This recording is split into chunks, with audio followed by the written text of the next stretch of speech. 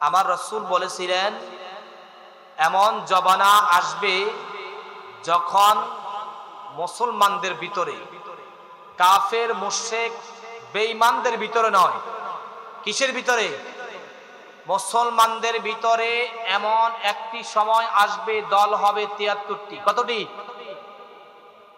কুল্লুহুম ফিন্নার ইল্লা মিল্লাতা ওয়াহিদা। তার মধ্যে ৭২টা চলে যাবে জাহান্নামে। কোথায়? তাদের ভিতরে নামাজ আসেনি?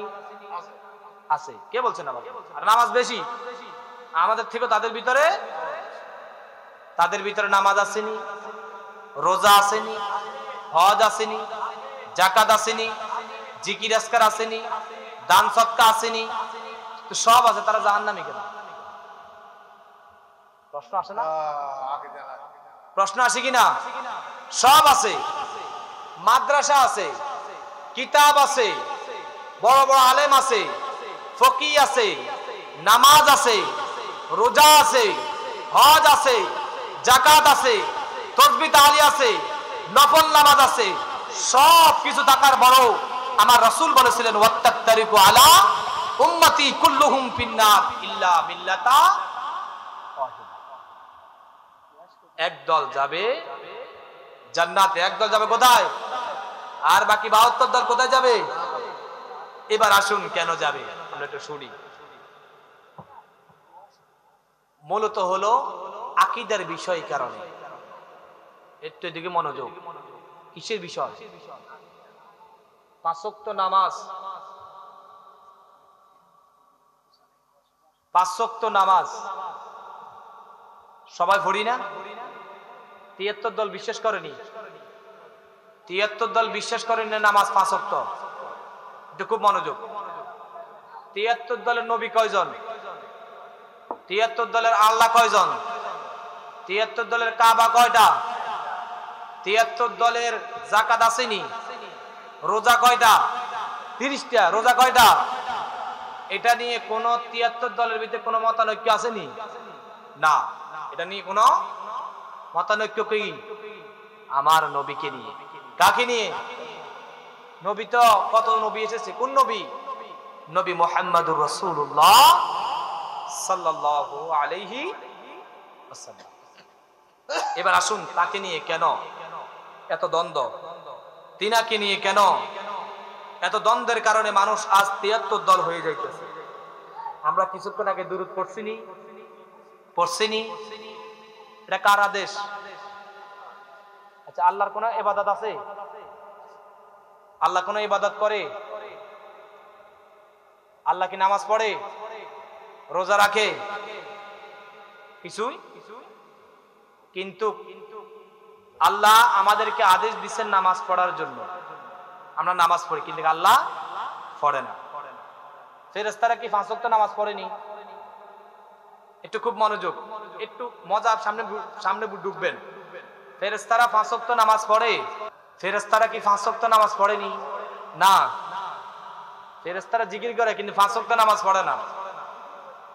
নামাজ পড়ি কারা? আমরা মানব জাতি এবং জিন জাতি, তারা নামাজ পড়ি। তাহলে আমরা নামাজ পড়ি, ফেরেশতা নামাজ আল্লাহ পড়েনি। কিন্তু আল্লাহ বলতেছিলেন এমন একটি ইবাদত আমি আল্লাহর কাছে আছে, যেটা আমি পড়ি, ফেরেশতা পড়ে, মানব জাতি পড়ে, গাছপালা পড়ে, বনের জঙ্গল পড়ে, সবাই পড়ে। শুধু সবাই পড়ে না, আমি আল্লাহ রাব্বুল আলামিনও সেই ইবাদতটা করি। আল্লাহকে যদি প্রশ্ন করি আল্লাহ সেটা কি? আল্লাহ বলে ইন্নাল্লাহা ওয়া মালাইকাতাহু ইউসাল্লুনা আলান নবী। আমি এবং আমার যত ফেরেশতা আছে সমস্ত ফেরেশতারা ২৪টি ঘন্টা আমি আমার নবীর প্রতি দুরূদ পড়ি। সুবহানাল্লাহ। জবানটা খুলে সুবহানাল্লাহ। তাহলে বোঝা গেল এই দুরূদ শরীফটা আল্লাহর কাছে সবচাইতে প্রিয়। আল্লাহ পরে কি বলেছে?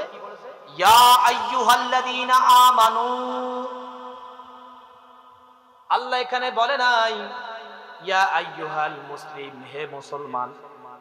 আল্লাহ জানে মুসলমানদের ভিতরে মানুষ দুই ধরনের।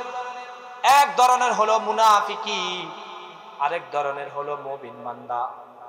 এক ধরনের মানুষ আছে ঈমান হারা, আরেক দলের মানুষ আছে ঈমান আছে। আল্লাহ যাদের ঈমান আছে তাদেরকে আল্লাহ রাব্বুল আলামিন ডাক দিয়ে বলতেছিলেন, ইয়া আইয়ুহাল্লাযীনা আমানু সাল্লু আলাইহি ওয়া সাল্লিমু তাসলিমা। সুবহানাল্লাহ। হে দুনিয়ার ঈমানদাররা, আমি আল্লাহ এবং ফেরেশতারা নবীজির প্রতি দুরূদ পড়ি, তোমরা দুরূদ পড়বা সাথে সাথে ওয়া সাল্লিমু তাসলিমা, আমি নবীকে সম্মানের সহিত তোমরা সালাম জানাইও। কার আদেশ? আল্লাহর আদেশ। খুব মনোযোগ, কার আদেশ? আল্লাহ বলছে নামাজে। এবার আসুন আমরা নামাজের মধ্যে আসি। নামাজে দুরূদ শরীফ আসেনি? আল্লাহুম্মা সাল্লি আলা মুহাম্মাদ ওয়া আলা আলি মুহাম্মাদ কামা সাল্লাইতা আলা ইব্রাহিম ওয়া আলা আলি ইব্রাহিম ইন্নাকা হামিদুম মাজিদ। আল্লাহকে যদি বলি আল্লাহ, দুরূদ শরীফ আছে, এখানে তো তোমার নবীজির সালাম নাই। তোমার আয়াতে বলেছো সাল্লু আলাইহি ওয়া সাল্লিমু তাসলিমা, আমার নবীকে দুরূদ পড়বা সাথে সাথে নবীকে সালাম দিবা। এমন সালাম দিবা সম্মানের সহিত আমার নবীকে তোমরা সালাম দিবা। আল্লাহ বলেন, হে দুনিয়ার মুসলমান, দুরূদ শরীফের আগে তাকিয়ে দেখো, তাশাহুদের মধ্যে আমার নবীকে তোমরা সালাম দাও, আসসালামু আলাইকা আইয়ুহান নাবিয়্যু ওয়া রাহমাতুল্লাহি ওয়া বারাকাতুহু। সালাম দিছি কিনা? কোরআনের সাথে আয়াত মিলছে কিনা? এবার হাদিসে আসেন, আমরা আহলে সুন্নাত ওয়াল জামাত নামাজের বাইরে দুরূদ ইব্রাহিম পড়ি না কেন? আমাদের আকীদা হলো দুরূদ ইব্রাহিমের মধ্যে শুধু দুরূদ আছে, সালাম নাই। আর নামাজের মধ্যে দুরূদ ইব্রাহিমের আগে আমরা আমার নবীদেরকে সুন্দর করে আসসালামু আলাইকা আইয়ুহান নাবিয়্যু বলে সালাম দিয়ে দিই। আল্লাহর কোরআনের আয়াতটা সুন্দর করে মিলে যায়। আমরা নামাজের বাইরে দুরূদ ইব্রাহিম কেন পড়ি না জানোনি? কারণ নামাজের বাইরে দুরূদ ইব্রাহিমের মধ্যে দুরূদ আছে, সালাম নাই। এখন বলতে হবে দুরূদ দিতে হবে, সালামও পড়তে হবে, তাহলে কেমনে?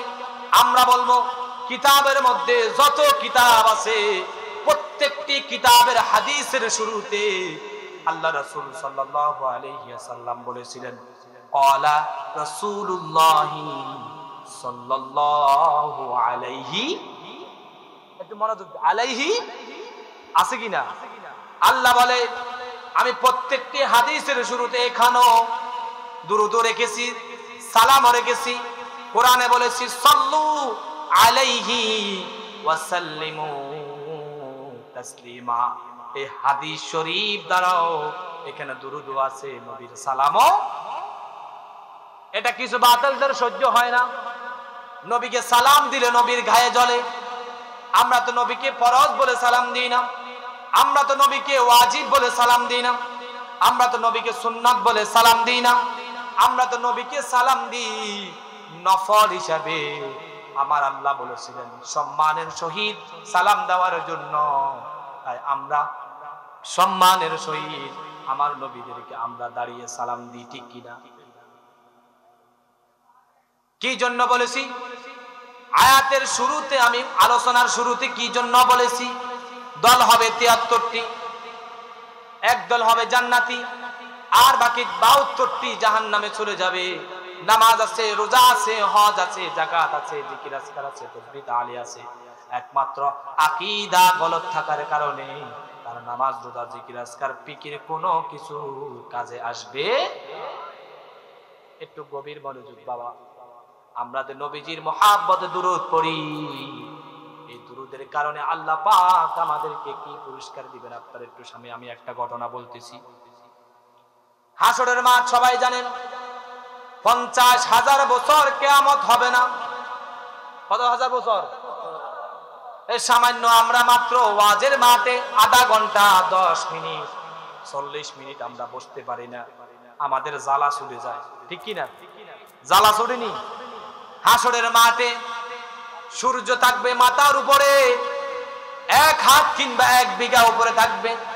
জমিনটা আগুনে কয়লা করে জমিনটা রাখবে মানুষ এই জমিনের উপরে দাঁড়িয়ে 50,000 বছর পর্যন্ত মানুষ যখন দাঁড়িয়ে থাকবে, 50,000 বছর পরে আল্লাহ পাক যখন বিচার শুরু করে দিবেন, আমার নবীজি যখন কখন পুলসিরাত, কখনো নেকের পাল্লার মধ্যে, মিজানের পাল্লার মধ্যে, কখনো জান্নাতের মধ্যে, কখনো জাহান্নামের মধ্যে আমার নবীজি যখন দৌড়াদৌড়ি করবে, এমন সময় কিছু মানুষদেরকে আছে নেকের পাল্লার মধ্যে মানুষদেরকে মাপা হবে। এমন সময় হযরত আদম সফিউল্লাহ তিনি সবুজ একটি জামা গায়ে দিয়ে তিনি বসে থাকবেন আরশ আজিমের নিচে। তিনি আজকে দেখবেন আখির জবানার নবী নবী মুহাম্মদুর রাসূলুল্লাহ সাল্লাল্লাহু আলাইহি ওয়াসাল্লামের কোন উম্মতদেরকে আজকে ফেরেশতারা বেজ্জতি করে জাহান্নামের মধ্যে নিয়ে যায়, তিনি সেটা দেখবেন। যখন নেকের পাল্লার মধ্যে মাপা হবে, উম্মতের যখন গুনার বাট্টা বেশি হয়ে যাবে, সওয়াবের বাট্টা হালকা হয়ে যাবে, ফেরেশতারা শিকল বেঁধে তাকে টেনে টেনে যখন জাহান্নামের মধ্যে নিয়ে যাবে, এমন সময় আদম আলাইহিস সালাম ডাক দিবে, ইয়া আহমদ, হে মুহাম্মদ, তোমার এক উম্মতকে ফেরেশতারা টেনে টেনে জাহান্নামের দিকে নিয়ে যাচ্ছে। তখন তিনি বলেন, লাব্বাইক ইয়া আবুল বাশার, হে আদি পিতা, আমি হাজির, বলো কি সমস্যা হচ্ছে? বলে তোমার একটি উম্মতকে ফেরেশতারা শিকল বেঁধে টেনে টেনে নিয়ে যাচ্ছে। আমার নবী বলে, তাদেরকে টেনে নিয়ে কেন যাও? বলে তার গুনার পাল্লা বেশি ভারী হয়ে গিয়েছে, সওয়াবের পাল্লা হালকা হয়ে গিয়েছে। আমরা আল্লাহর আদেশ পালন করি, এই জন্য সে জাহান্নামী, বিদায় তাকে জাহান্নামের মধ্যে টেনে টেনে নিয়ে যাচ্ছি। নবী বলবে, না না, আমি মানি না, আবার তাকে নাকের পাল্লার মধ্যে নাও। নাকের পাল্লার মধ্যে আবার নিয়ে যাওয়ার পরে যখন মাপ দেওয়া হবে, তার বদের পাল্লা যখন ভারী হয়ে যাবে, আমার নবী পকেট মোবারক থেকে সাদা একটি কাপড় বের করে নাকের পাল্লার মধ্যে দেওয়ার সাথে সাথে নাকের পাল্লাটা ভারী হয়ে যাবে। ফেরেশতারা ডাক দিয়ে বলে, আল্লাহ, বিচারে সে জাহান্নামী, তোমার নবী বলতেছে আবার মাপো। আবার মাপার পরে সে জান্নাতি হয়ে গিয়েছে। আল্লাহ বলে, হে ফেরেশতার দল, আমার নবীকে আমি কোরআনে ঘোষণা দিয়ে দিয়েছি, ওয়ালাল আখিরাতু খায়রুল লাকা মিনাল উলা। হাবিব, আপনাকে এই দুনিয়া থেকেও হাসরের মাঠে আরো মর্যাদা অনেক বাড়িয়ে দিব। খবরদার, খবরদার, আজকে আমার নবী যা করবে তোমরা তাই করো। লাস্টে বিচারে সে জান্নাতি হয়ে যাবে। জান্নাতি হয়ে যাওয়ার পরে দৌড় দিবে, হে আপনি কে? এই মুহূর্তে আমার সন্তানের জন্য আমি কত কষ্ট করলাম, সন্তান আমার জন্য সুপারিশ করতে আসলো না। আমার মা আমার জন্য 10 মাস 10 দিন গর্ভধারণ করেছে, আমার মা আজকে আমাকে সন্তান বলে স্বীকার করে না। আমার বাবা 23 থেকে 24 বছর আমাকে লালন পালন করে বড় করেছে, আমার বাবাও আমাকে চিনে না। দুনিয়ার কত বন্ধু বান্ধব ছিল, আজকে হাসরের মাঠে কাউকে পাইলাম না। বিপদের মুহূর্তে আপনি কে এবং সাদা কাগজটা কি, সেটার জন্য আমি জান্নাতি হয়ে গেলাম। আমার নবী ডাক দিয়ে বলবে, হে আমার উম্মত, আমি আর কেউ নয়, কেউ নয়, আমি হলাম আখির জামানার নবী, নবী মুহাম্মদুর রাসূলুল্লাহ সাল্লাল্লাহু আলাইহি ওয়াসাল্লাম। আর যে সাদা কাগজটি আমি তোমার নাকের পাল্লার মধ্যে দিয়েছি, এই নাকের পাল্লার মধ্যে যেই সাদা কাগজটি দিয়েছি, ওই সাদা কাগজটি হলো আমাকে দুনিয়াতে তুমি যে সম্মানের সহিত আমার শানে দুরূদ পড়ছো এবং আমার শানে সালাতু সালাম প্রেরণ করছো, এটার মহব্বতের কারণে আমি নবী এই সাদা জামা কাগজটা তোমার জন্য রেখে দিয়েছি। এই সাদা কাগজটা আর কিছু নয়, দুনিয়ার বুকে তুমি যে আমার উপরে দুরূদ পড়লা, এই দুরূদের কারণে আজকে আমি নবী, তুমি জাহান্নামী হওয়ার কারণেও তোমাকে আমি জান্নাতে নিয়ে গিয়েছি। অথচ আমরা কত মানুষ বাহিরে ঘোরাফেরা করি, এত সুন্দর করে হাজার হাজার টাকা খরচ করে মাহফিল দিয়েছে, যখন মাহফিলের শেষ পর্যায়ে যখন বিরিয়ানি দিবে, তখন আমরা সেই বিরিয়ানি নিয়ে আমরা বাসায় চলে যাব। অথচ আমার নবী বলতেছিলেন যে দুরূদ তোমার একটা সাদা কাগজ, এটা যতবার পড়বা ততবার আমি নবী সেটা জমা রাখবো তোমার জন্য হাসরের মাঠে।